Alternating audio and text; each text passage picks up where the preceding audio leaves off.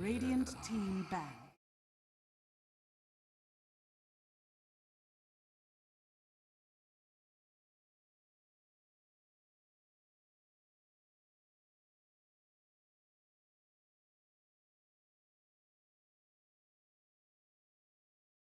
Ten seconds remaining. OG's turn to pick. Radiant team pick.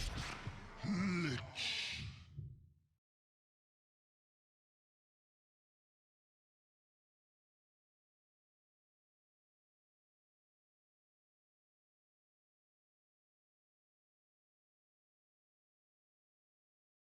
10 seconds remain. Radiant team pick. Ricky CPK joined by Z-Rock. The draft underway. So, of course, if you happen to be just tuning in, SFTe-sports taking the first game over OG behind a gyrocopter played by Thompson. And obviously a good necro game. I mean, across the board, it's just a solid play from them and deserving the victory. So OG, we'll see what kind of adjustments they make going into game number 2. Well, they banned necro. That's an adjustment. Yep. Slight one. But still with the Lich on the opening, and you got to give Jerax his Earth Spirit. I mean, it's just so hard to not do, right? It's like leaving Wisp open for somebody like EG or Liquid. You just don't do it. So, oh man. SFT though with the same opening we saw yesterday in one of our evening games with the Night Stalker AA. Yeah, Night Stalker AA coming out, and as we mentioned yesterday too, I mean, the idea of a mid-ancient apparition is apparently a thing once again, but probably not. Probably. I mean, Thompson already played mid-gyro. Might as well play mid-AA. You know, a hero that actually Thompson does like to play, because I happen to be watching this team with all these open qualifiers, as I mentioned, Invoker is a very comfortable hero for him, and the interesting thing with him is he likes to build at Quas Wex. He goes QW pretty much every game I've seen him play the This hero. would be a very rough game to go Quas Wex Invoker. Like, you're going to be so light on damage with those as your supports, and struggle to do enough early game, I think. At least from the opening we see here. Quas Wex Invoker also just lacks the damage if he gets roamed on. He's a lot better being the one doing the roaming. And with Jerax in a game, that just sounds awful. Yeah. Like, he's going to be sitting on your lane, he's going to be watching you with wards. But I want to see a backup plan out of OG. I want to see something a little bit more.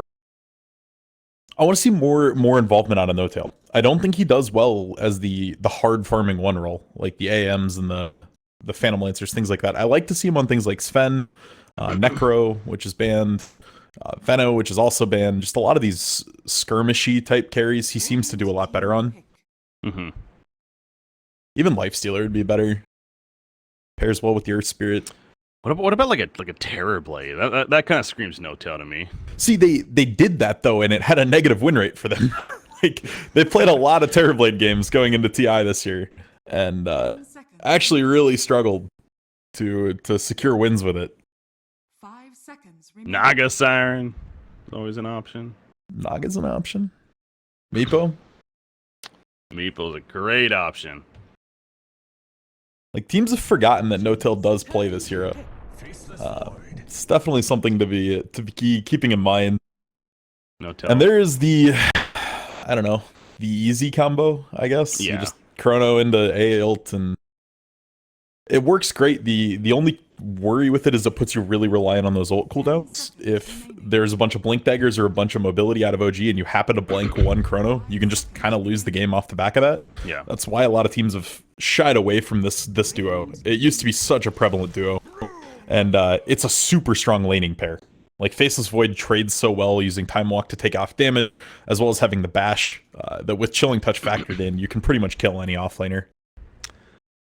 Brewmaster. Yeah. S4 plays it, No-Tail plays it. Yep. I'm really curious to see which direction it's going. Well, We've go ahead. we've seen them. They've tried carry brew before, so I'm really curious. So what I was gonna get at here, Complexity has actually ran a lot of Brewmaster lately. Specifically Chessie for Complexity. He not only spams this hero in pubs, but in their tournament matches in the King's Cup, he's actually been playing it a fair amount as the carry Brewmaster. So, you know, you kind of bring that up. And so there, like, I guess my point is, there's a team out there that also has done that, you know, pretty well and into some decent success if you're comfortable with the micro. And of course, a player like No-Tail and S4R. And in the laning phases here, I think is really strong too, between his passive and the Drunken Haze spam. Yeah, I think talent smoothed them out a lot. Like, we used to have the situation where early game he was just a monster. He could crush lanes, he could do really well into the mid game once he got his blink, and then he just kind of didn't do much. But I think now you can build him to the point where you go boots and then a blink, and then you look towards more carry-esque items, Shadow Blades, BKBs, things that are going to let you right-click and abuse those new talents that Brew has, that massive attack speed talent, even a nice little damage talent as well. Really can scale him well into the late game if you run him as a one position. But also the offlane potential. I know Keizu actually has also been playing it a fair amount, speaking of offlane. And as you talked about, S4, of course, has history even last year playing it here and there. So, I really want to see it as a one here, especially against Void Weaver. Neither of those are really great candidates for a super early MKB. So the evasion's going to do some serious work if this is a core Brewmaster. The big worry you have, though, is if you run core Brew and he gets AA ulted in a chrono, he's still very vulnerable to die there, and if he dies pre-split, it's just devastating. Like, that's the biggest fear with Brewmaster. If you run him as a carry or a mid, if he doesn't get split off, he's just 30% of the hero he was. Mm-hmm. All right, well, they're in the reserve time pretty deep here to figure out their fourth hero, so this could be telling of perhaps where Brewmaster will ultimately end up being. And I think this is going to be real telling. What they pick for Rezo here is going to be really telling on what they feel like his position is going forward. Like, Death Prophet is, I don't want to say a simple hero, but a fairly binary hero. And a Lycan definitely is going to open up a lot of options for them. This is looking like it's going to be offlane Brew now, or solo safe lane Brew even, and then you aggro tri lane. But it's going to really supplement their damage a lot. Like, Brew crits are going to hurt when you're howled. And of course, against Night Stalker, like it is yet again another good option there as far as the Howl synergy of nighttime. It's good as an evasive option here. I'm not sure how much I like taking Lycan into Void Weaver, though. Like, you're going to really struggle to kill those people during an ultimate. And your crowd control, definitely not the best here. You're still in a one stun based lineup on OG. Technically, too, with the Earth. Brewing. In split, yeah. Okay, that's really more of a playmaker. There's their do stuff hero, but again, you essentially have one stun, one silence as far as what you can use in the middle of a team fight. Against Void and Weaver, this is scary. And where is Weaver going? So is this going to be an offlane Void potentially? Because Weaver's safe lane? I think you run dual lanes. You go like Weaver Night Stalker off and AA Void safe. Okay. So their mid option then is what you figure they probably still want. That'd be my guess. If you win the Sentry War, mid Weaver actually does work against Queen of Pain. If you can disjoin all the Shadow Strikes with Shikuchi and just play into the Queen of Pain and really aggressive, it can do a ton of work. The only concern then is you have to rush out a bunch of HP or you just die at 6. Like, she just scream ults you and you die. But we'll have to see. That'd be a little brave. I haven't seen that in a while. They also could an offlane Void here, and if you run Weaver as your safe lane with Chilling Touch, it's a lot of damage. Like, you hit level 2, you Chilling Touch, and you just double hit with the Chilling Touch right away on Weaver. Gyrocopter is still on the board. It would fit the lineup very well. It makes you very weak to Ghost Scepters, but there's not a lot of Ghost Scepter buy on this OG side. You got a Faceless Void Diffusal candidate, though, as well as Weaver even, so I don't even know if that would be that good. Yeah, I don't mind it. I think something like a Puck might be a little safer, but it is banned. That was their final ban. Invoker is still there. The idea of the Thompson Invoker, if they wanted to ultimately go that route, more comfort factor. Yeah, could work. There it is. So again, I have not seen him go Xord yet. So to be fair, Quaswex Invoker does just destroy Brewmaster at pretty much every stage of the game until he gets BKB. Brew has a very, very low mana pool, so the EMP is going to basically stop the ult from even going off. So if you Tornado EMP S4, he becomes a walking potato. Let's just love that description. A walking potato that Brewmaster will be. I mean, the passive is still there, but yes. He wants to be able to activate Primal Split, of course. Bumbling, fumbling potato. So again, Quaswex tops in. What I've seen, not only that talent build, but he likes to build, of course, the urn into even I want to say it's a drums. Yeah. Yeah. And then he actually goes back to a Hand of Midas into an Ags. That's like been a typical build that I've seen from him. The issue on Invokers, if you don't go Midas, it's really hard to get to that late game state where you have access to all of your skills leveled up. But Urn into anything on Quaswex Invoker does so much, because every time the Urn ticks, you get a Cold Snap proc. Yep. That's honestly just the whole broken mechanic behind that. It does mean Night Stalker can't get Urn, though, which kind of hurts. That's your most mobile roaming hero. Now, they saw AA place the sword, most likely, and Fly's coming over with a sentry. There you go. So generally what I like to see teams do is leave it. Yeah, this is great. Because what this means is Queen of Pain's not going to have to drop an Ironwood branch to get the Super Tango. You just have Queen of Pain wait until she needs some regen. Tango's the ward instead. And still gets the gold from it as well. I love this out of Jarak. He got out so fast they weren't sure if he placed the ward or not. And so they weren't quite positive where it was placed. Yeah. Nope, he placed it on his side, actually, so... They're not really well done. Really, really well done out of him there. Yeah, they get Jarek's and Earth Spirit once again. Honestly, though, man, from a draft standpoint, I give the edge to SFT here. I really do think they have the potential to 2-0 this.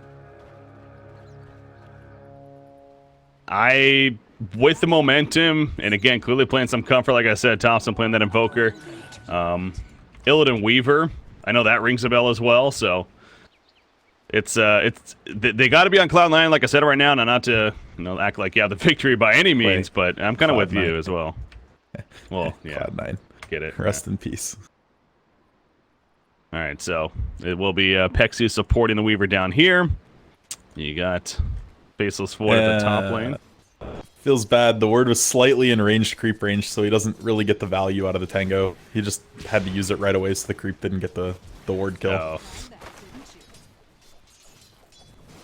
Well, Thompson, he could need to be careful here a little bit. Earth Spirit's rotating in. So, see if they look to jump him here shortly. He's going to be an exceptionally hard gank, though, going Ghostwalk. It's a level 1 potential to do a lot of damage to him, but Ghostwalk could be online as early as level 2.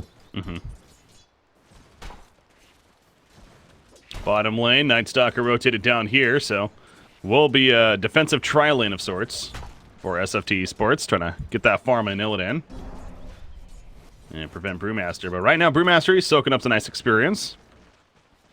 Got a half a level in. A magic stick, even. He's feeling fairly confident. And going Drunken Haze at 1, that means he's feeling okay here.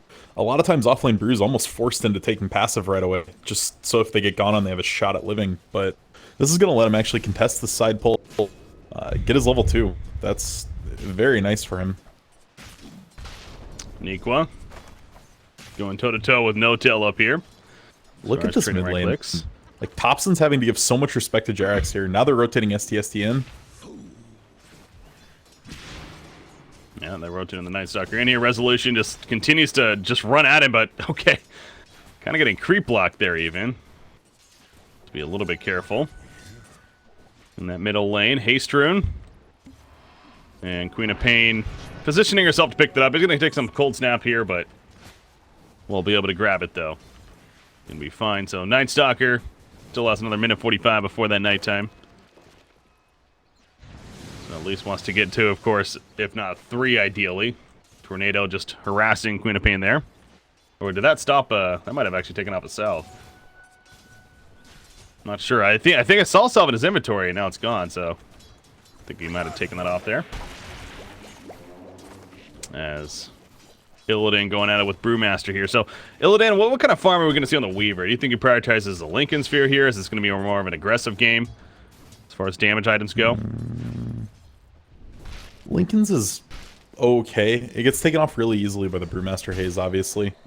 I would like to see just, like, Dragonlance into Diffusal or something. Something a little bit more aggressive, but with some extra HP. He's just got to get ahead of the Queen of Pain's burst, basically. If he can do that, he'll be in a good shape this game. Well, S4 is level 3 even, so Brewmaster so far is managing to do pretty well. That's what you'd expect out of him. It's a trade-off, though. Nikwa's 4 already in this top lane and getting CS. And then there's Faceless Void. Playing the off-lane Faceless Void, kind of asks the same question of him. I mean, does he go more of that just a pure initiation route? They got the damage from both Invoker and especially Weaver, or does he build up more like Diffusal, Manta, things like that? Mom. Mask of Madness. Yeah. Yeah. It's always so good of an item. It really is. That item's just so solid on Faceless Void. Well, I guess after... Well, go ahead. I was going to say, after the Diffusal nerfs, I think it's just the better choice now. He's actually going to push the Lich off the bounty rune as well, so potential to get double bounties. Well, Jerax picks up the bounty rune down here in front of Night Stalker, so nice ninja from him. S4. Swarm is applied, actually. He's in some trouble. Void comes out. It is nighttime after all. Throws out the Thunderclap, but this is very likely going to be first blood right here. Misses coming out because of the passive, man.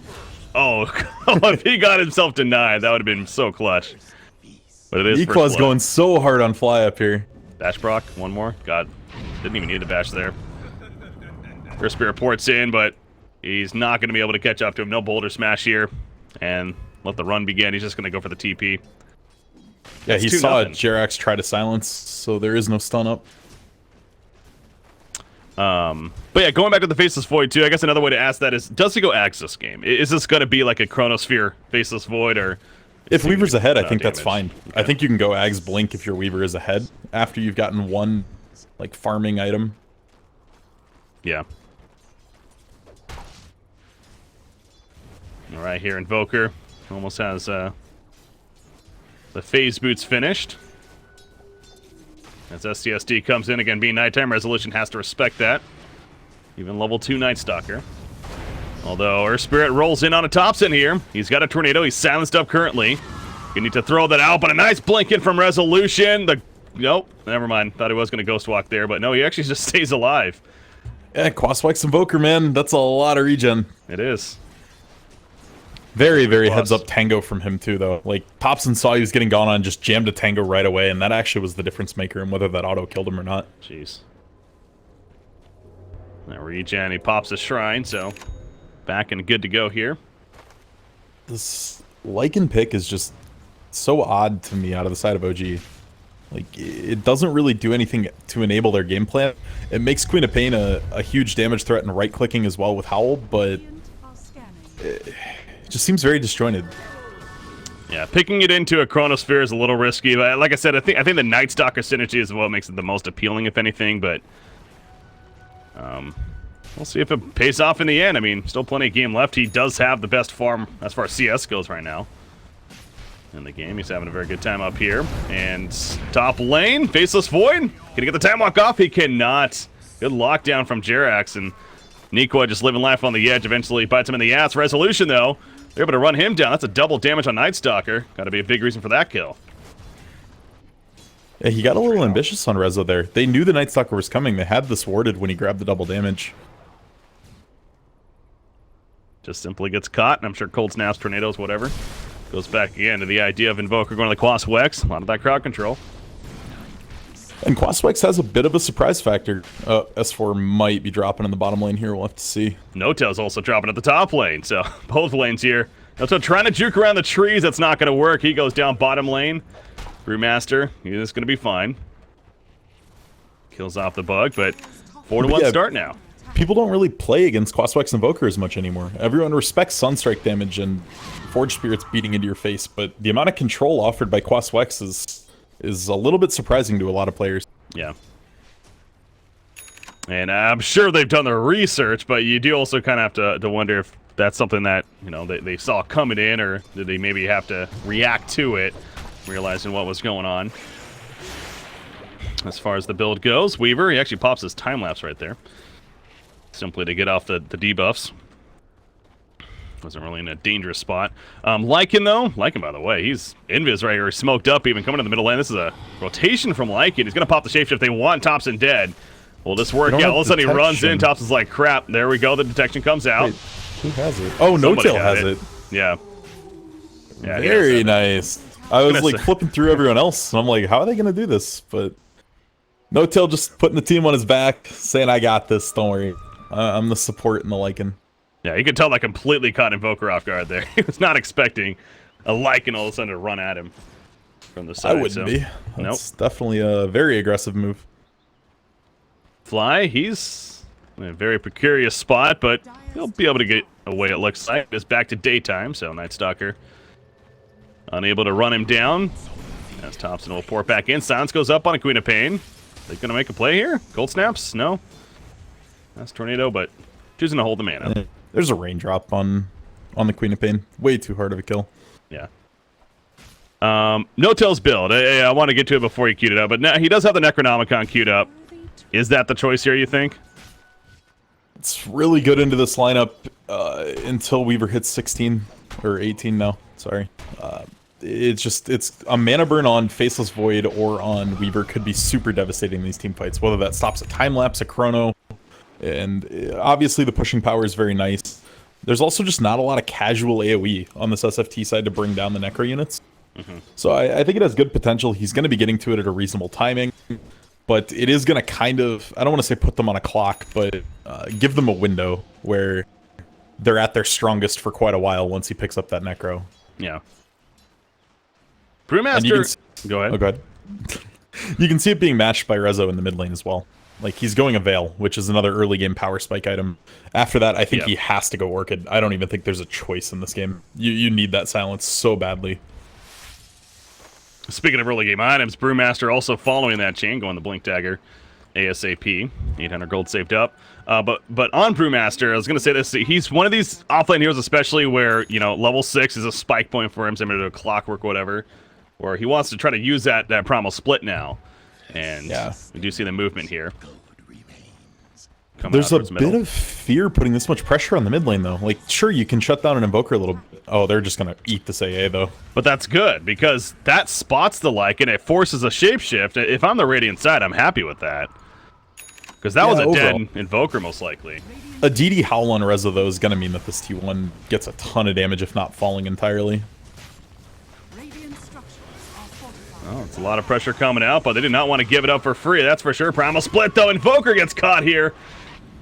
And the Sonic Wave right in the face. Take him out. So, not only do they end up getting the Invoker kill, but that tower kill definitely still happening. You see, using the Storm Brewling. Gonna throw up. They're gonna go on this Void? It's a long CC.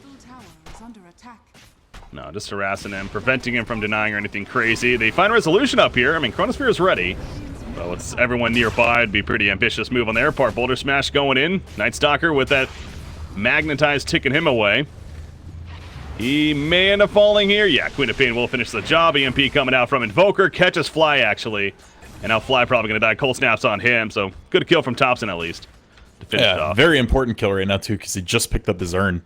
Like, getting those opening Urn charges matters a lot, even just for pressure. Like, Cold Snap Urning somebody is going to be a lot of damage at this stage of the game. So the Tier 1 tower going down, though. OG, overall, a nice sequence of events for them. The Veil has been finished on Queen of Pain, you mentioning earlier. He also talked about the idea of going the Orchid, but right now he has the Yules queued up. I think this is potentially a mistake. That gives a lot of room to the Void and the Weaver. Yes, you have Jarak's Silence, but that's not enough for two heroes. Well, for now, that seems like his choice. Nikwa.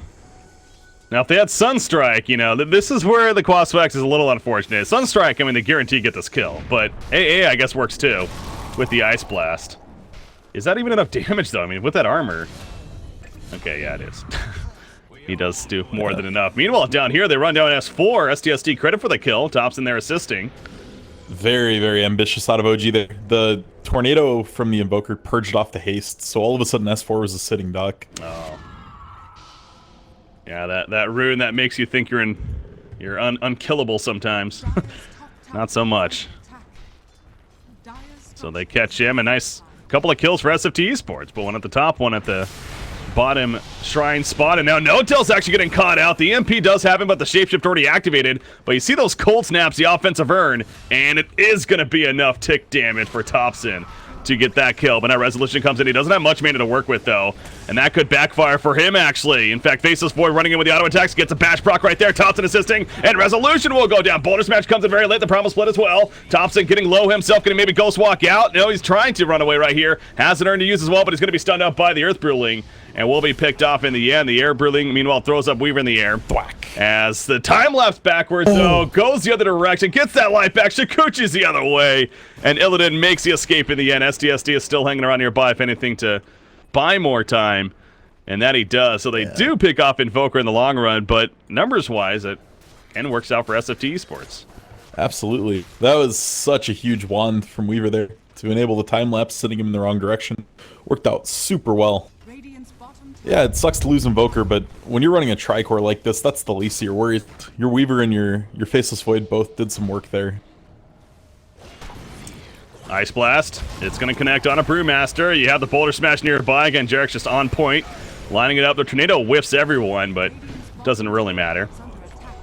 More than enough chase right there to take out the Brewmaster. Bottom tower goes down, though. That's a real crucial death, though. Look how close Brew is to his blink. Like, dying there is super painful. Yep. 1950 now, gold saved up, so needs 300 more. Would have been enough. 50 off without the death. Drums almost finished on Invoker now, too, so he is going the build as expected. The Urn into the drums, and again, kind of goes back to the Midas into the Ags after. They had a little bit of miscommunication. Nightstalker had everything for the Urn but the recipe, and then Invoker bought the Urn anyway, and Nightstalker pivoting away from that at this point. Oh, bottom lane, Pexu. He's dead. Still have silence up as well. Chronosphere's ready as well. Oh, they silence him, though. I think I was thinking about maybe trying to use it or even Time Walk. He does get the Time Walk off. And his teammates coming in. I was going to say, they could definitely turn this. Earth Spirit now. He's in trouble. The Tornado combo hits Lich off to the side. Fly's going to fall. Jerax is going to go down as well. Queen of Pain's like, wait, this is not going to work. He blinks out. Lycan gets bash procced. Oh, man. OS Frog, ladies and gentlemen.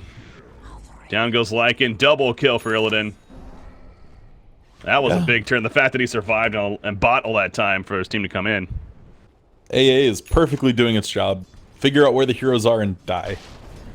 It's actually going exceptionally well for them because of that. They had to use Jerax's stun there, which meant they couldn't stun the Void right away, and then, as you said, honestly the very easy Chrono turnaround. And Rezo committed to this Yule, so their offensive capability is going to be severely limited. Push out the bottom lane for now, is trying to finish that Yule's in full. But Illidan has a Diffusal Blade. I believe it's... okay, yeah, it's just about finished. He needs the Robe of the Magi to finish it off. In fact, has enough gold for now with the Bounty Rune. And that's coming out here. So Diffusal Blade on Weaver. That Diffusal Blade's a huge confidence buy, too. It means they're feeling comfortable enough to move around the fights and dodge some of the Queen of Pain damage, because he's still very low on HP. The fact that that's not a Dragonlance first into a Diffusal means he really is feeling good about himself in this game. You do have the Vlad's pick up on Faceless Void. We didn't really talk much about that yet, but... so he passes up the idea of going to Mask of Madness style, more for a solo kill potential. Instead, he goes to Vlad's. More team fight ready. And he is going to blink into Ags right now, queued up. So, yeah, he really is just playing this moving Chronosphere. Yeah, your Weaver's doing so well. 303, almost 100 CS, leading the charts. You absolutely are fine going this as Void with him having this kind of start. See, Thompson does have the 1 point into Exort now, so Sunstrikes are potentially there, but at this point it's pretty weak. What is it, 150 damage level 1? Not much. See that start to actually come into more play, though, as the game picks up. Gets those levels added on. Yeah. Nightstalker resumes, or reconnects even. Yeah, we should be good to resume. So the game plan for OG here, it's... God, he still doesn't even have his Necronomicon. Unlike, and that's been queued up forever, it feels like. But a couple of deaths have slowed down No-Tail's journey. He's 2-3-3 in this game. 5th overall. I mean, Necro 1 should have been coming on around 13-ish minutes. Now being pushed back to the 17-minute or so mark. And every minute you don't have that Necro actually hurts a lot, because that's more time for the Weaver and the Void to get items that are going to help mitigate it. Mm-hmm. And yeah, it's a fairly dire situation for this OG roster right now. See what you did there. To be fair, it can all be turned around by 1, 2, 3-man Jerax stun into a Chain Frost into a Sonic Wave. The burst is still there right now. Oh, yeah. But that window is going to close. As Void gets more items, the initiation is going to be a lot cleaner from the side of SFT, and OG's going to have less and less time to react to it. Blink on Brewmaster. Of course, an item that they want to try to take advantage of now. Queen of Pain does have the Eul's finish. It's being delivered currently. And OG's setting up as if they want to fight down here. But, so you mentioned, I mean, they have some bursts themselves, but this is also a pretty good team fight squad here on the Radiant side. So does OG really want to be manning up, taking a fight here is my question. They kind of have to. Their lineup doesn't stall well. Like in the ultra late game, they definitely lose this. Well, Brewmaster, I guess he just simply got caught. Boulder Smash comes through, trying to save the day. Gets the Primal split off because of that, actually. And now Ninestalker being stunned up. Magnetize taking him down. Illidan's also taking down the Magnetize. He does not have mana for his time lapse right here. Switches over the Strength Power Trip, but he's going to be run down by No-Tail. And Illidan is very likely... Oh, on Magic 1, just a couple of seconds. Probably wouldn't matter, though. He does end up falling. Faceless Void, meanwhile, has a Chronosphere. Lifted up in the air by the Brewling. Oh, the Boulder Smash mistimed it just a little bit right there. He's going to throw out the Chronosphere, if anything, to save himself. Here comes Topson. He doesn't have much mana to work with, though. Trying to finish off S4 at least. The evasion's coming out. That's that passive of the Drunken Brawler coming into play. He finally will be killed, but at what cost for Ninestalker? The Chain Frost hits him, and he does end up going down. So OG, they get a couple of kills out of it, including Illidan killed.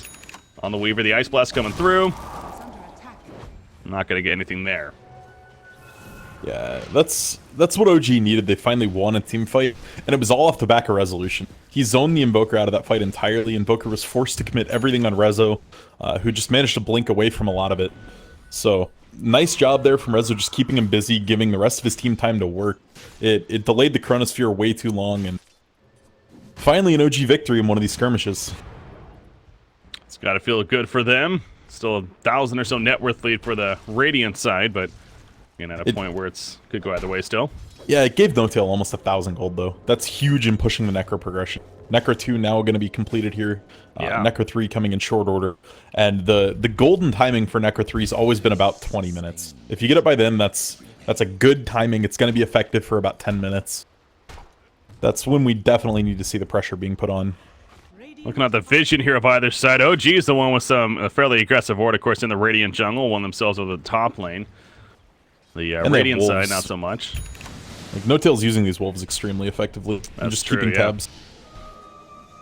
Something you have to remind yourself of. As Illidan, he's going to right into Jerax, gets stunned up immediately. Can he time-lapse in time? He's silenced up for just a little bit longer. Probably going to time-lapse after. There we go. He heals on up. Here comes the Ice Blast, Jerax. Valiant effort on his part, but he's going to be stopped on his rollout, and he will get taken out. Off to the side, Peksu. Chain Frost is coming up for Lich right here. It's a 5 versus 4, though, if you're OG. Or, I guess not technically, because Topson's over here with STST, but not worth the fight. Yeah. A bit of an ambitious go there. They had full vision on the side of OG, and thinking they could just bring down that that Weaver with just a Boulder Smash is very ambitious. Rezo can just kill him here, yeah. I was watching this, I'm just like, press R? Yeah. Nicely done, though, from Rezo, not giving him time to time-lapse. He didn't even He have played that it, beautifully. I mean, it was still on cooldown, so that's why I'm like, geez. I just don't even get what Illidan's plan was there. If he maybe thought somebody was TPing in or what, but that was a very silly decision. And you make plays like that, especially against a team like OG, you do not want to give them those kind of openings. So the easy kill on him, and Resolution, now top net worth in the game, or has been, even furthers his lead. And now he has the Orchid coming out, as they're trying to do Roshan. Meanwhile, double damage Queen of Pain will assist with that. Yeah, it looks like it's going to go uncontested. Who do they give it to, Lycan or Queen of Pain here? I think it's going to go to No-Tail, but I think it should go to Rezo. Like, if Rezo runs out of mana, he can just chuck himself into the middle of the fight, die, and come back with a full mana pool. Versus, if No-Tail falls, you don't get a lot of value out of the second life. Yeah. Okay, they are going to give it over to Rezo. Bottle Ice Blast comes in at the last second. Let's see, just a little bit too late, though. So, picked up by Resolution here on Queen of Pain. This is where OG's macro play is going to have to come into play. They cannot win a 5v5 if everything is up and it's a straight up 5v5. They need to either push people around the map weird, find a good pick off with a smoke, use that extra vision they have. They've got to do something a little out of the ordinary. Interesting here from Thompson, by the way. He actually chooses to pass the Hannah Minus altogether, and instead is just going into the Ag. So it's going to be slowing down. I mean, it's progression throughout this game now because of that choice. Yeah, the only upshot for this for Qualifier Invoker is you can pretty comfortably skip the +1 Forge Spirits at 15 and go 30% XP. True. Which is going to push you forward a little bit, but that does compound with Midas very nicely. So it seems like SFT might be feeling like there's a bit of pressure on them right now, which is a little surprising given how the game's looked. Oh, top lane. Oh, they're just going to put pressure on the tower up here. You got the armor being passed around from Lich, and S4 jumps on in, starts beating on the tower. So it's going to be an easy tier 1 for them at 22.5 minutes, not surprising. Yes, S4's working on the Vlad's bottom lane. That's a kill. Onto they used Chrono. Spirit. That was a Chrono, yeah. Nice blast as well, of course. And Pexu is going to try to TP out in time. Not going to happen. He's Yulsed on up. That does allow Nico to escape, though, so Pexu on that AA, we've mentioned it several times, he's doing his job. Yeah, getting the information, creating space, as they say. STST, he was what? Fly? Viciously pushing this middle lane. It does not stun anymore. Fly Frost blasted a creep. Did he? Yeah. Oh. Like, not even a misclick creep, like, intentionally Frost blasted the creep wave. Well, perhaps, I mean, it does still hit if he's in range, so. No, like, it was not even close. It wasn't even close. That was just bizarre. Okay. And yeah, it lost him the kill. Committed Chain Frost, which no longer has a mini stun, so it didn't stop the TP. Oh, gets out. Weaver, can he get out of this? This is pretty dangerous for him. Magnus has got the Sonic Wave. It's just a little bit too late. But he gets a time lapse off, and now Resolution committed for this kill. And it's going to be at a cost for his life right here. He did have the Aegis, so just really using that in the end. Chronosphere is not ready to go for Niqua.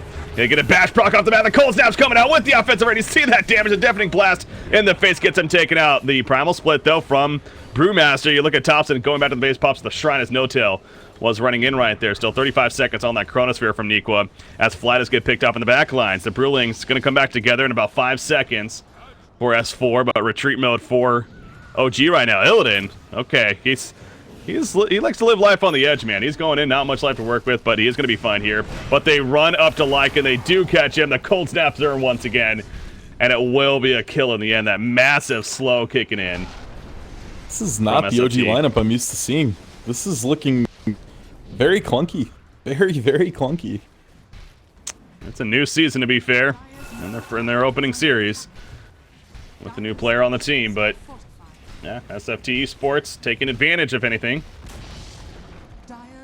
Feeling comfortable, already up 1-0, and continuing to look good here in game 2. They were so close to killing that Weaver, but the Sonic Wave from Resolution goes wide, and as soon as that Weaver got the time-lapse off, that fight is over. Yeah, completely turned it. Again, the Resolution committing himself forward and ends up not happening, so that Orchid is going to be a huge pickup, and he actually just about has it here. There we go, in fact. He buys it all. Going to be delivered. So that's going to be a key item for him. You have your Orchid, you have your Necro 3. What's your play? I mean, this is as good as you get, really. Well, you got a BKB now in Illidan here, playing the Weaver. So he's going to become that much more difficult to kill. Granted, again, with the Orchid, you get that on him first, and you still got plenty of physical damage, especially from Lycan and BKB the Orchid off, though.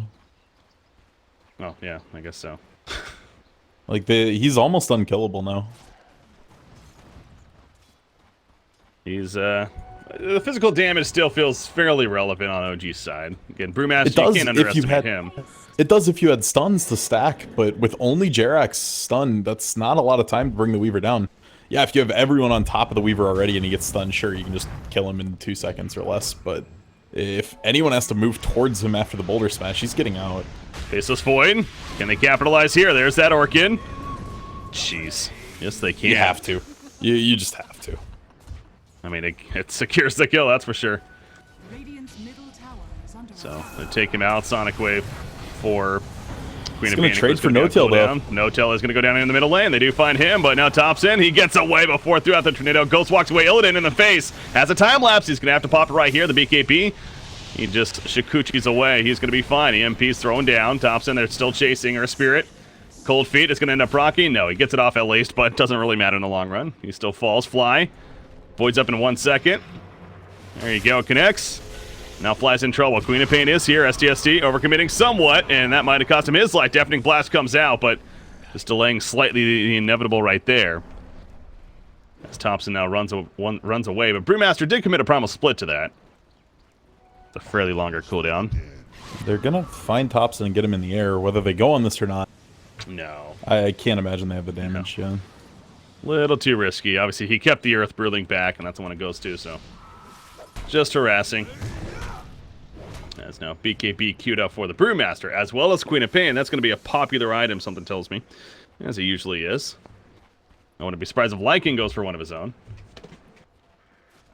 As well here. In fact, what does Lycan get next? He's had the Necro 3 now for a little bit. He's died a couple of times, though, so again, the progression's still hurting. I mean, hell, he's behind Brewmaster even at this point.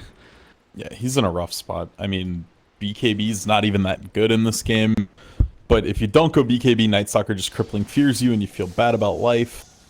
I don't even know, man. Echo Saber, Shadow Blade. If they were in an okay spot, I'd say like BKB Abyssal would be really strong. It gives them another form of CC.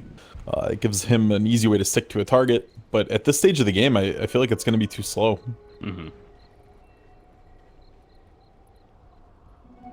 You got Faceless Void. His own BKB, there you go. It is actually finished as well, so the full 10 seconds coming out. SFT will throw out another pod.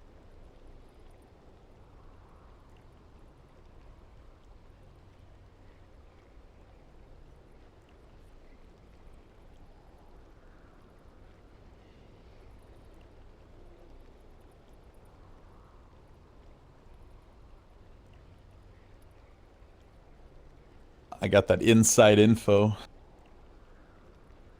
The players there. So they're going out with multiple events going on. They're going to compete in the, what's the DreamHack or Dream League qualifier? Yeah, Dream League. Yep. So that means the other series here. So that means Hellraisers gets the default win then. And that was supposed to be a concurrent series, right? Like that was supposed to start at the same time ours did? No. It was supposed to start an hour and a half later. So it was actually supposed to start pretty much about 10 minutes ago. But, not the case. So Hellraisers, I believe that means they get a default win. They play the winner of this match, and then OG, or no, well, I just got ahead of myself there. The loser of this series, way ahead of yourself. Way ahead of myself. The loser of this series will play, will not play a game though, because obviously again of the forfeit there. So GSL stage, you can't have a team pull out. I mean, it just ruins the format entirely. Yeah, it does. So, but that's the case. GSL, like it's kind of a mini double elimination tournament here. 4 teams in each. Again, the top 2. The other series, or the other group, by the way, it's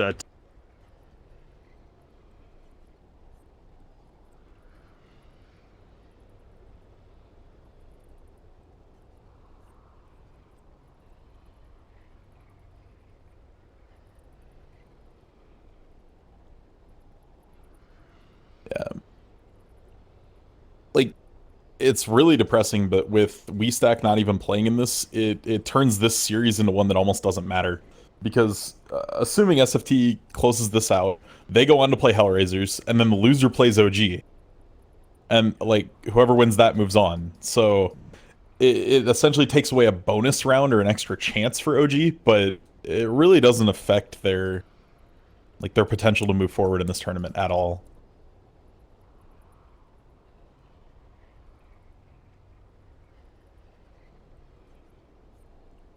It is. I'm wondering if, like, now that we're seeing this actually happen, which I believe is the intended result from Valve, where teams have to pick and choose, I'm wondering if they're not going to step in and offer some sort of repercussions if a team commits to a tournament. Like, I think the next step is Valve needs to have a portal where if you want to direct invite a team to a tourney, it goes through this official Valve site. And if they say, yeah, we'll play, then they're locked into that. And if they don't show up for a match, they're, like, banned from the next tournament or something. Like, there's going to have to be some repercussions, or we're going to see this like crazy. The busy schedule here, yeah. So many of these events kind of kicking in. So we've already seen it in several events. I know King's Cup even went through a little bit themselves with their format and everything. So that's an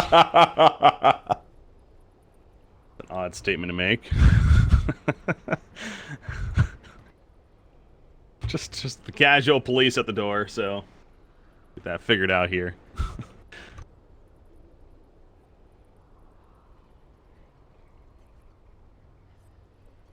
And then the winners finals actually, right? Yeah, the winners finals is going to be happening later on today as well, and we do plan to cast that. So essentially, the winner of this will play the winner of Well, what do you mean it's GSL? Yeah, yeah. The winner of this plays Hellraisers. I still can't believe we have a Kingwin team. I haven't seen Kingwin sponsoring a team in years. Yeah, that's the former alternate attacks team there, and guys that have been around forever as a squad. So getting picked up by Team Kingwin. It's an old CS:GO staple right there, Kingwin. We're back, ready to go again. Ags is queued up for Faceless Void as well. So we'll have that short cooldown of the Chronosphere once he eventually gets that. Setting up top lane. Brewmaster is a difficult kill. They have more rotating in, though. They want to go! Ooh. Good thing he canceled the Chronosphere. Jeez. A blank on the Chrono would have given OG a little bit of hope here. Boulder Smash. Jerax has some clutch stuns, man. He allows the Primal Split, and now Faceless Void is silenced up. He has to just keep on running at this point. So, fly in the back lines. The EMP hits him, and the Ice Wall slowing him down. He's going to be run down by Weaver right here. Looks like, oh my god, the stun again from Jerax, but no, eventually enough damage for the kill on the Lich. Resolution, meanwhile, trying to blink out. The cold snap's happening. No, he does get the blink off. Will survive. So far, the only death on a fly by No-Tail. He does not have Shapeshift anymore. He's going to be disarmed by the Deafening Blast. Illidan standing his ground against him as well. The BKB pop. No chance for No-Tail to get out of there. He'll end up falling. Brewmaster now, they are going to run him down as the Diffusal comes out. That's a Diffusal level 2, by the way. And the Cold Feet probably going to end up proccing right here as well. A nice animation from him, but he goes down for the double kill for Illidan. In fact, Resolution now. Cold Snap once again up. As here comes the Magnetize from Jerax, trying to once again save the day. Ancient Apparitions picked off, though. Resolution with a Sonic Wave in the face of Thompson, going toe-to-toe. That Meatball comes out, though. And Resolution blinks away at the last second with the urn up. Going to be fine. Pops the Shrine. Earth Spirit, though, he goes down. And actually ended up killing Thompson, by the way. Did Resolution. He comes back in, and he cleans up Illidan as well. It's a hat trick coming out for Resolution here as he stops a streak on top of that. That was... wow, a great finish for OG, actually, considering how that started. Yeah, still ends up being a 4 for 3 in favor of SG, but that could have gone so much better for them and so much worse for OG. Rezo getting that Sonic Wave off and the super huge Magnetize from Jerax, at least making it okay. But again, they're showing they just don't have answers. They had No-Tail right on top of the Faceless Void. He was silenced and stunned up. Still couldn't bring him down in time. It's just... They really have zero answers to this Weaver Void duo core. Resolution, just, I guess, going to harass Faceless Void. Maybe the support was a little bit slower than he expected. He goes back in, but... what? Heard a BKB. Well, that's a misclick. That had to be misclick, yeah. That was a 10-second BKB as well. Ouch. Yeah. So that's going to be on cooldown now. 1 second less. A little bit unfortunate, perhaps, trying to swap around items or in the wrong spot. That happens to the pros as well. It's moments like that where you kind of like, okay, yeah. Like, so I don't feel as dumb when I do it now. Oh, we've all done my it. games. Anyone that says they've never done it with over 1,000 games of Dota is lying to you. Oh, yeah. Is that me? Never done it. 5-man smoke coming out here. It's going to get ruined by Nikwa, though, if he just comes out a little bit. Yep. Yeah. There you go. Spots them. And whoa, that is a massive Chronosphere. The unfortunate thing, he also caught Illidan. In comes the Ice Blast. It's going to hit everyone right here. Will it really matter in the long run? Probably. Fly goes down. You see the split up with the Primal Split of the Brewmaster right there. SDST flies over the edge, all into Jerax, where he eventually is picked off. Resolution blinking in as well. Tornado comes through. EMP put down on top of No-Tail. No-Tail again just really struggling in these fights. He's in Shapeshift. He's just trying to simply run, though, at this point. He's going to go toe-to-toe, but he'll end up dying in the back lines. Thompson trying to live. That's not going to work, though. Resolution gets a double kill. And now Nikwa caught in a bad spot. He's going to end up going down right here. Another triple kill for Resolution in this fight. I mean, that was an insane Chronosphere with the Ice Blast, but Catching Weaver in it as well kind of screws up the momentum there. Yeah, and not having Invoker around to throw spells right away. It just took a little too long, so the chrono ended up being pseudo-wasted. I wonder if this Ice Blast will be enough to push OG back. They're pretty committed. They want this Roshan kill very badly. But again, we're just seeing, though, what is the Lycan doing in all of this? He's not doing much, just yeah. Really struggling to get anything done. And they are going to peel off the Roche. This is essentially going to feed it to SGT, or SFT. I mean, you have a double damage rune on Weaver, especially. You do not want to commit to that. They Lycan just resurrecting. They would like his medallion, if anything, to do this Roshan. So now they don't want to give it up, but Chronosphere, what's the status on that? Well, he's dead, so he does have a buyback, 10 more seconds if he wanted to. Anyways, they're going to commit to this. Double damage Weaver. He's dropping. He pops the time. That's a possibility. It could be S4 picks up the Aegis, though, and now ended in a really bad spot. He's going to end up going down most likely as they do run him down, so that ends up working out for OG. The ballsy move to try to steal the Roshan in their face with 2 people really still dead. Wow. Probably a bad decision. Yeah, that was just well played from OG there. It's huge that S4 managed to click that Aegis, or that goes the other way entirely. STST, he's being run down. Resolution starting this off. You see Geomatic Grip comes out, the Boulder Smash going through the creep wave, and Night Stalker's picked off now too. So that's a Sunstrike. Haven't seen that yet. Oh, the Chronosphere. Again, this is a Brewmaster though. Oh, he pops a Chain Frost. Brewmaster will end up going down, so the Aegis is going to be used pretty quickly right here. Coming out, but OG swings back some momentum for them. I mean, this Queen of Pain is really ahead. 19.5k net worth. Yeah, all of these kills. I mean, when you're behind in gold and you end up getting 6 kills yourself, it's just so much gold. And they're kind of split pushing right here, mainly pushing in the middle lane. The creep's also assisting up at the top. Yeah, No-Tail's realizing how little he can actually do in a team fight, so he's just trying to always be in a different lane. Because if he can pull Topson or pull the Weaver away, it could be huge, but looking like he might be in trouble here. Oh, and now Invoker's the one that could be in trouble, actually, so perhaps baiting them out. Topson goes down, he's dead for 70, no buyback. BKB committed by Nikwa right here. No Chronosphere, though, as Ancient Apparition linked in, but did Resolution overstep his boundaries? No, because he has cheese. He eats that up, he's going to be fine. Illidan, oh, that's a time lapse the other way. Unfortunately for him, he's still going to be caught out, though. The burn is up from the Orchid. That's more than enough damage to finish him off. This is just crumbling for SFT. They have such a huge control of this game in the team fight.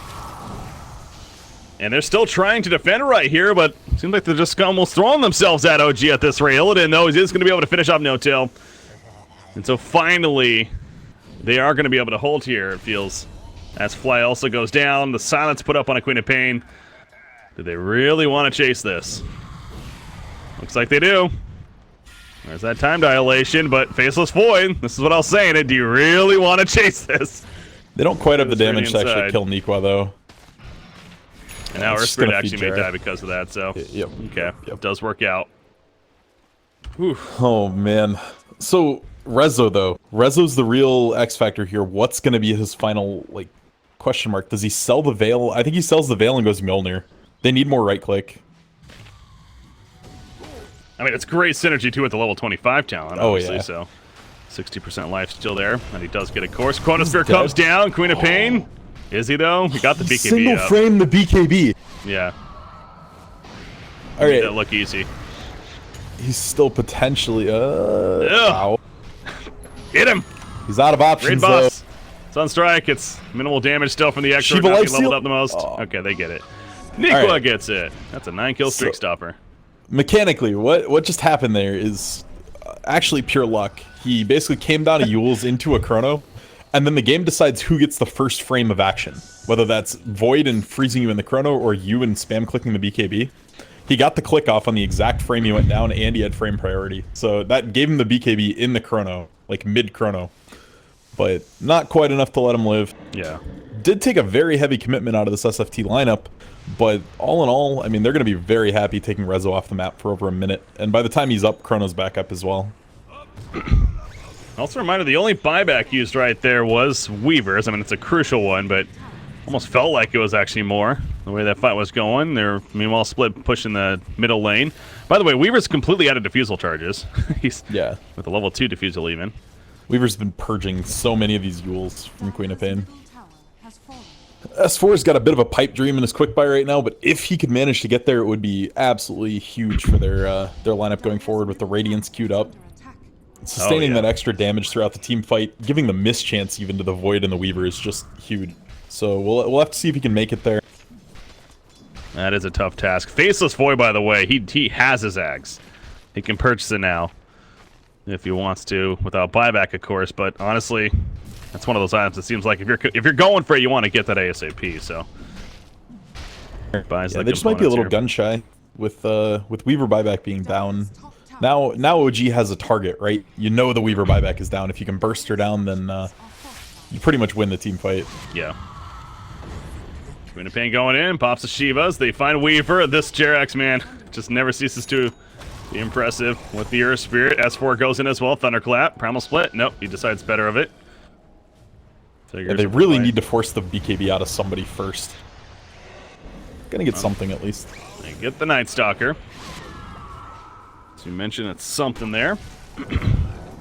Very, very tanky Night Stalker, though, with Solar Crest and Lotus.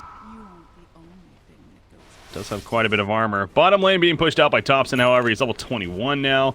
He has his own BKB actually just about finished, so yet another one of those coming out in this game here.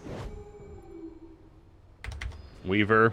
What does Weaver get next? You mentioned the Diffusal. It's out of charge. It's still a great stat-based item, of course, as well as the Mana Burn. Is Desolator a thing? Like, could they still use that? Maybe, yeah. Probably Bloodthorn is what this crit's going to go into, would be my guess. But I would have said Manta would have been really nice into the Diffusal. Or into the Orchid of Queen of Pain. But opting instead for more damage, gonna really be doing a lot. That even just having Baby Crit is gonna do a ton of damage here. Queen of Pain deciding to go the Octarine core instead. At least queued up there. So passing up the idea of the Mjolnir, more of that right click as you were talking about. You get the synergy there, but Octarine has its own merits. Some a little more beefy, if anything, which it seems like that's kind of the theme he's gone for, the Yules initially, and the BKB and the Shiva, so he's going to be a very difficult hero to kill. Very defensive itemization this whole game. Fly? Did he go too far? They kind of want this, though. Yeah. As you said, perhaps some bait right here. Primal Split in the back lines. STST going to be thrown out. There's a Tornado encounter. Gonna buy time for him to get away, but that Tornado of the Air Bruling lasts a little bit longer. Night Stalker, the Lotus Orb up, reflecting the damage. Lycan's getting caught, by the way. He's getting low. The Chronosphere comes out. Chain Frost in the backlines. It is bouncing around. A lot of creeps nearby. And the Sonic Scream on top of that. Resolution, he's committing into the base with that BKB. No, Lycan is dead. Weaver is dead, you're right. No buyback on him. Ancient Apparition also getting picked up, no buyback. So Resolution doing plenty in that fight. And now they're going to push this tower. It is a 4 versus 3. No Chronosphere. They do have Invoker sitting back spamming abilities, but Neekwa's caught out now. Lotus Orb popped though in the Time Walk, as well as the BKB. He's back up to full. They need this tier 3 so badly. I mean, I don't know if they have enough damage to kill Resolution, so I think they actually might be able to get this pretty easily. Night Stalker does go down there, and yeah, you can just tell. Without Weaver, they did not feel comfortable defending here. It's a long time till Weaver, too. This could be Rax. You're pretty safe that they don't have buyback at this point. They would have used it. So you're feeling very confident if you're OG to continue pressuring here a little bit. Jirax just going in, throwing the Boulder Smash out. Nikwa is going to use a Chronosphere. They might kill Earth Spirit as the Meatball comes down, but again, Resolution is definitely going to stay alive. He pops his BKB. Looking at turn out. They maybe the greatest building hitters here. So long. But finally, they do get the ranged Rax, but now S4, he's perhaps overcommitted. And he'll end up going down here. Resolution, of course, makes his way out, but... So they got the ranged Rax. That's not ideal, but it is a Rax. Yeah. I mean, that's kind of the punishment for this Resolution build choice, though. Like, if he had even just a Maelstrom there, that Rax falls so much faster. Without No-Tail, you can really see the lack of building damage coming forward, but... All in all, they do manage to secure barracks. They end up winning the team fight, and gold lead slightly swings back into their favor. Ancient Apparition's working on his own Ags now, so we are getting to that point. 42 minutes in, going to start seeing more of these luxury-style items. This is a very important time for SFT, though. They need to make sure they get Roche control, and know when it spawns, because they potentially are going to lose their shrines in the next 2 minutes or so. And if they don't have full vision of Roshan and know where OG is, giving up that Aegis could just lose them the game. Oh, they got the Faceless Void with that axe, as mentioned in the Chronosphere, and he has 2,200 gold saved up, so this is definitely going to be nice progression for SFTe-sports. We keep mentioning how the lack of damage. I mean, Weaver deals damage, but obviously, as we saw without him in the fight, then they really miss out on him. So Faceless Void will kind of be the backup here, if anything, as far as being able to right-click. I'll give OG a lot of credit in the fact they're making these team fights very scattered. They're splitting people up. They're making them do odd things, and it's definitely causing problems. Yeah, look at this. That's an Invisor Spirit. I was wondering why. Okay, the rest of the team is smoked up behind him. Yeah, every other room gets purged with Tornado, but not. Oh, they got Weaver. It's a hard kill, though. Yeah. Oh, it is a hard kill. The BKB in the time lapse. And now here comes a response. Darkness is applied. No tail. He has Shapeshift. He's going to try to use it right here. He got Silence Up. Doesn't matter, though. Chronosphere also connects. The Chain Frost is bouncing around. The Lotus Orb was put up, but it does kill No Tail. And now Resolution. He was caught in that initially. He's able to blink out, though. Again, he is extra tanky. Nico just trying to sit on top of him, but STST is going to eventually be run down. But the cores of SFT are going to stay alive This is a big kill, though. Although Top's in. Yeah, he actually gets caught back. And what was he doing even back here? I mean, he does have the magic wand, but he couldn't move. Like, that was a great play from S4. He just kept him in the air for so long. It's kind of feeling like that's No Tail's job. Draw a Chronosphere, draw an AA Blast. All right, so I apologize. That was a melee Rax right there. Wow. The range Rax does get destroyed now, but for some reason I thought those were range Rax that got destroyed initially. So, anyways, top lane, fly goes down. Nico does get picked off. Resolution, we are starting to see that life dip a little bit as Weaver's sitting on top of him. But he's going to have so much lifesteal, though, if he wants to turn on this. And he even gets pushed away by the Boulder Smash. And he'll be fine, too, so... Yeah, the hold of SFTe-sports, it does seem like it's becoming a more and more of a difficult task here for them. Yeah. And here come the shrines now, being destroyed. Bottom shrine going down. Octarine Core obviously finished on Queen of Pain with the Bloodthorn here. Now even coming out. Yeah, she's just been dominating the net worth charts, man. But she's just, yeah, Queen of Pain is so massive right now. And honestly, they got both shrines right now, right as Roshan spawned. They do not take the time to D-ward, though. So this is something that SFT is going to be aware of. I don't think they can react in time, though. No. Maybe Ice Blast as well, but it's actually not even off cooldown. Yeah. Man, there's no way they defend this. They're kind of sneaking over. Yeah, it's not going to happen, though. Dust comes out even. They saw that they were smoked up. They got exposed, but it is going to be too late, and that's Cheese on Lycan, Queen of Pain. She gets the Aegis, actually going to replace her Power Treads for the time being. Yeah, so, with the Bloodthorn pickup now, she does some actual building damage, too. She will be a little bit slower, but obviously has that mobility of the blink. Feeling comfortable, especially with the Octarine Core and the 12% cooldown reduction talent. The blink's technically less than a 4-second cooldown at this point, so. Technically correct's the best kind of correct. Yes, it is.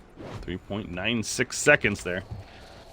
Bloodthorn for Weaver is almost finished as well, and that'll give him, of course, the Octarine presence, as he does pick up right there, so he'll have his own silence up now. And I'll burst down some targets. It's just awkward. So much of the SFT lineup depends right now on Weaver not getting caught and forced to BKB early. Like, the BKB needs to be used to hit people, not run away. And Invoker being around to Alacrity, either the Weaver or the Faceless Void. Void didn't build any real damage right now, so Alacrity in the Chrono is about the only way they're bringing somebody down with the Void. So yeah, Invoker's positioning is key in this. If they could just burn Tops in again, it's probably game. Again, this is game number 2. SFTe-sports actually up 1-0 over OG, so OG trying to force that third game. SFT would like to close it out here, but right now OG, the ones that are in control. 10,000 net worth lead, have the bottom set of racks taken out, top lane. Queen of Pain's up here. You see Illidan going in. Queen of Pain does have that Arcane Rune. It's going to be wearing off. BKB's going up. S4 uses his. There we go. Illidan his own. Pops a shrine even as well as a time lapse, so got very scared right there. They're gonna kill off some of the Brewlings even. But it's like, how do you commit to resolution here? Well, that's gonna, he's a half day. Oh my god, he's melting away actually. Again, he has the Aegis here, but Sunstrike misses. Yeah, he's just standing his ground, so he's just gonna purposely commit the Aegis. Meanwhile, in the middle lane, no tail split pushing. That's why. So they're playing a distraction game, if anything.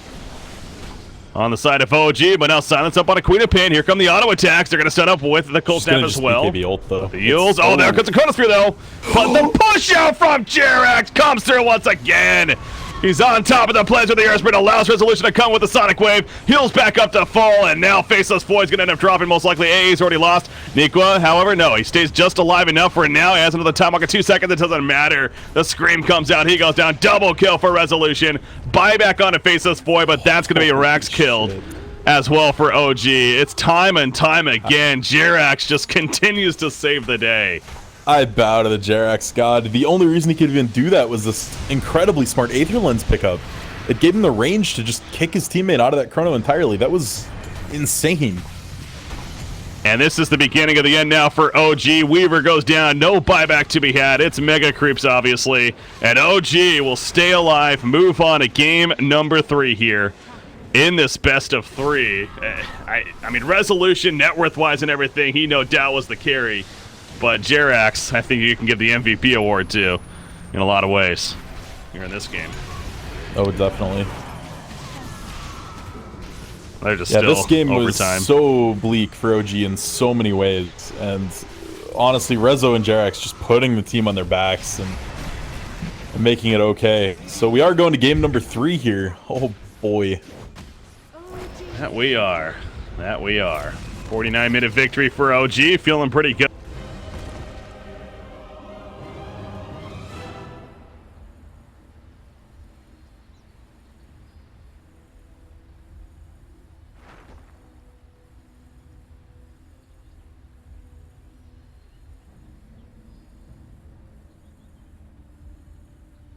Now that the